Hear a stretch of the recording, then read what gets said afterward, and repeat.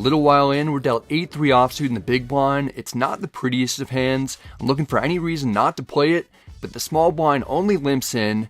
I check. We're heads up in position. The flop comes king 8-3 rainbow. All of a sudden, it's a beautiful hand. The small blind checks. I bet 20. The small blind calls. There's a decent chance that he has a king since half the 8s and 3s are accounted for, and there aren't any draws present. The turn is the 6 of spades, putting a flush draw out there. The opponent checks. We're going to be firing the entire way unless something significant changes. I bet 40. No hesitation from the small blind. He calls. It's feeling more and more like we're up against top pair. The river's the 9 of hearts. A handful of straights get there, and there are plenty of 2-pair combos that beat us, but I'm still confident that we're best. Small blind checks. This 9 isn't scary enough to make me pump the brakes. We're going to be going for value. I bet 110. It's a sizable bet, but the opponent doesn't care. He calls right away. We show him our 2-pair. The small blind reveals that he called all 3 streets with king 4 offsuit. Our read was correct that he had top pair, and he didn't want to part with it. We didn't have a strong hand to begin with, but we improved and capitalized on the situation to be up a little on the day.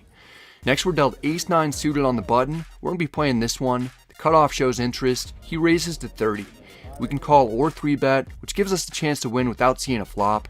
Often, our re-raise will result in us isolating the cutoff to play a larger pot from in position with a hand that does decently well post-flop. I take the aggressive approach and 3-bet to 100. This should clear out the blinds. The small blind has proven to be tougher to get to fold than originally anticipated. His name's Matt. He's a viewer from Nebraska.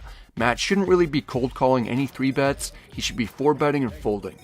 He chooses to call anyway. When he does this, he's going to have hands like queens, jacks, and 10s a lot, maybe some ace-king or ace-queen as well. The cutoff calls for 70 more. We're going 3 ways to the flop. It comes king-king-jack with 2 hearts and a spade. Similar to the dozens of times I tried speed dating, we don't connect very well and have multiple opponents. It checks to us. It's tough to get a bluff through 2 players. I'm not going to get out of line in this instance. I check back to see a free card. The turn is the deuce of diamonds. It's a blank. The small blind checks again. A second check from him indicates that he probably doesn't have much. The cutoff checks as well. I doubt that he has anything all that great. We can occasionally have quads, jacks full of kings, kings full of jacks, and trip kings. Our check back on the flop doesn't necessarily preclude us from having a monster.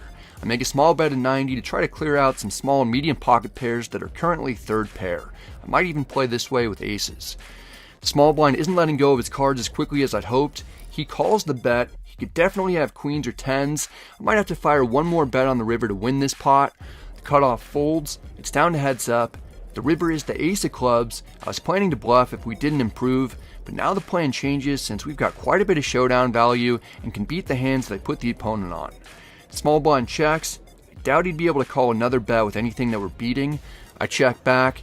Matt reveals that he has pocket 10s. We show that we got there on the river to scoop a nice multi-way 3-bet pot. Matt made a speculative call on the turn that almost worked out for him, although he would have needed to call a river barrel to get to showdown if we didn't improve. It's a fortunate run out for us though. We're hovering around even when we're dealt ace-10 of clubs under the gun +1. Under the gun raises to 30. We can split between calling or 3-betting to isolate the opponent. I call. We're not the only customer. The small blind calls as well. We're going 3 ways to the flop in position. It comes 10-9-9 with 2 hearts. We've got top pair, top kicker. The small blind checks. Under the gun makes a tiny wager at 30. There are too many draws out there. Our top pair is even vulnerable to being downgraded if additional overcards come out. I raise to 100 to deny equity and make it less enticing for either opponent to stick around if they have hearts and or overcards. Small blind folds. It's 70 more for the initial pre-flop raiser. He calls to see the turn. We're heads up. I'm hoping that we're going to see a brick. The dealer puts out the 5 of diamonds. It adds another flush draw, but other than that, it's safe for us. Under the gun checks. He's not going to have too many trip 9 combos when he opens from early position pre-flop, especially when we're holding the 10 of clubs. He'll only have a few that probably would have re-raised us on the flop, so I mostly put him on a pair of 10s, drawing hands, or there's some chance that he could have an overpair. I bet 210 in order to charge worse 10s that we're beating and the opponent's draws. It doesn't look like we're going to get raised. If the opponent calls, we're going to check back nearly all rivers because drawing hands won't be putting in any more money unless they improve to beat us, and overpairs probably won't be folding to a 3rd barrel. Under the gun calls, we need one more brick. The river is the 5 of spades. It's pretty much a brick in my book. There aren't a lot of 5s that our opponent will have other than ace-5 of hearts after calling our raise on the flop. Unfortunately, both the ace and the 5 of hearts are unaccounted for. Under the gun decides to lead for 400.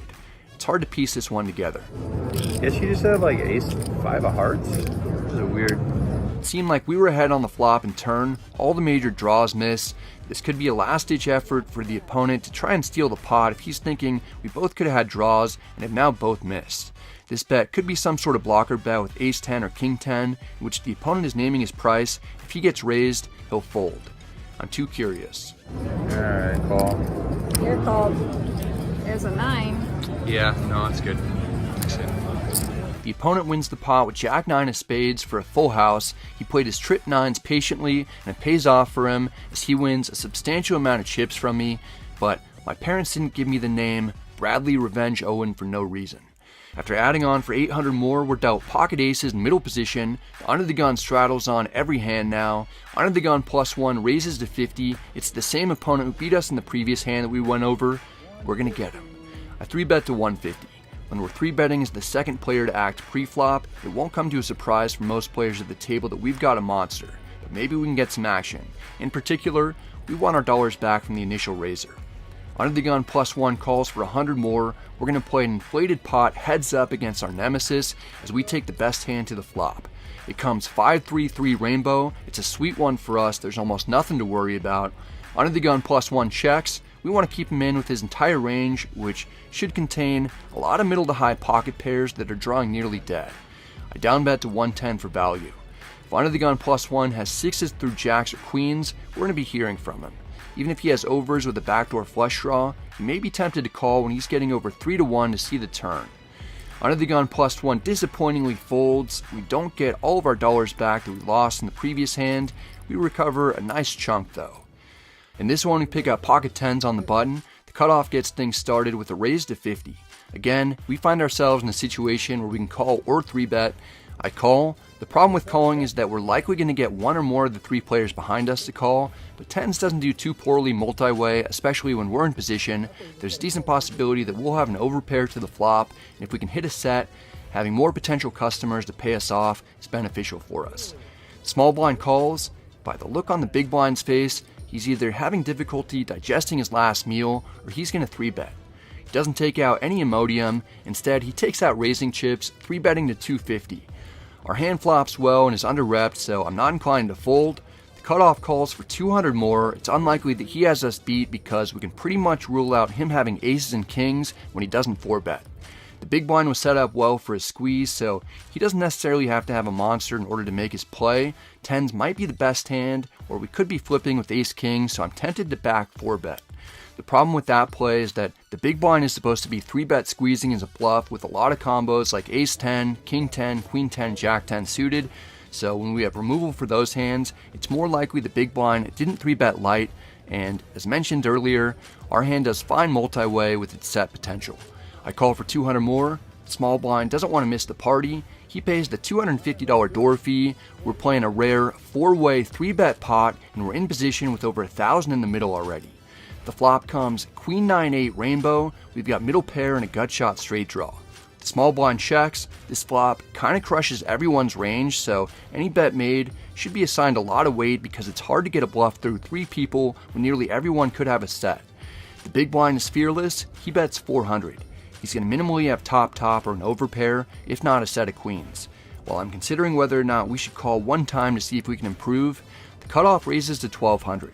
The cutoff will almost never be bluff raising in this instance. He could have ace-queen, but I think he'd mostly call with that hand. It's way more likely that he's got a set of some sort. Our decision becomes much easier. I fold. The small blind also folds. The action gets back to the big blind. I stop recording at this point. The big blind calls to 1200. The turn is another queen. The big blind checks. The cutoff jams for 2050, and the big blind tank folds. The cutoff shows that he had pocket 8s for a flopped set and turned full house. I imagine the big blind had aces, kings, or maybe even ace-queen. It's time for a double board bomb pot. We've got king 6 offsuit on the button. 6 of us put in $30 each and go straight to 2 flops. The top one comes 5-3 deuce with 2 hearts. We've got a gut shot straight draw with 2 overs and a backdoor flush draw. The the bottom one comes king, king, jack, rainbow. We've got trip kings. Holding only 2 cards, it's tough to be as strong as we are on both boards. Under the gun bets 50.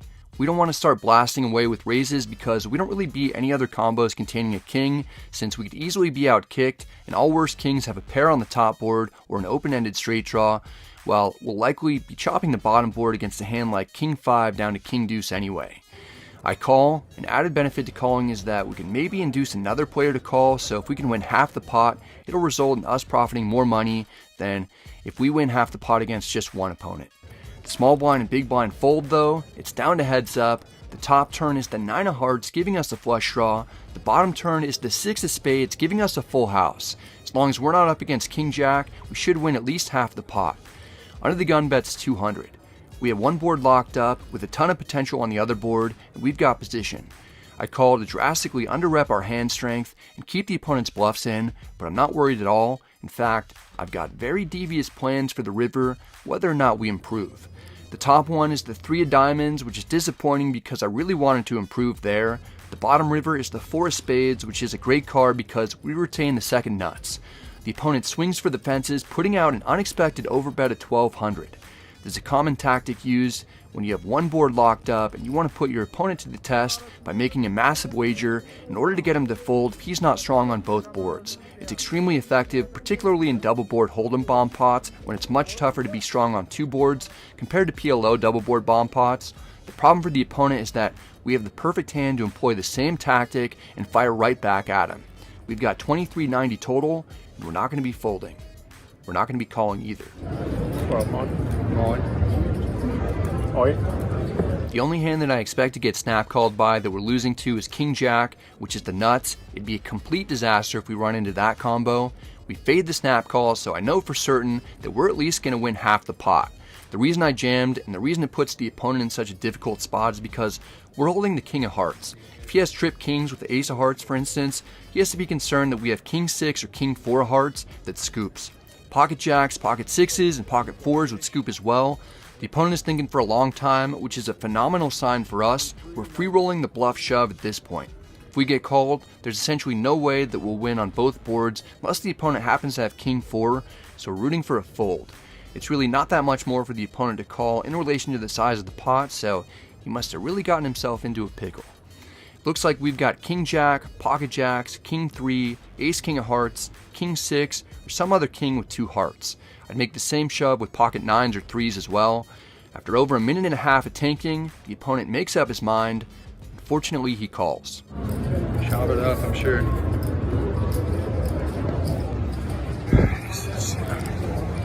The opponent has pocket aces with the ace of hearts. We put him to the ultimate test. He had an incredibly difficult decision to call fairly light considering there are so many combos that scoop against him, with king x of hearts being the main ones, particularly after I call the turn and then jam over a massive sized river bet. Although we don't get the opponent to lay down aces, our shove is a play that I'm proud of because recognizing the situation almost allowed us to win an extra $1,500. Doesn't quite work out this time, but we at least gave ourselves an opportunity to win a lot of extra money.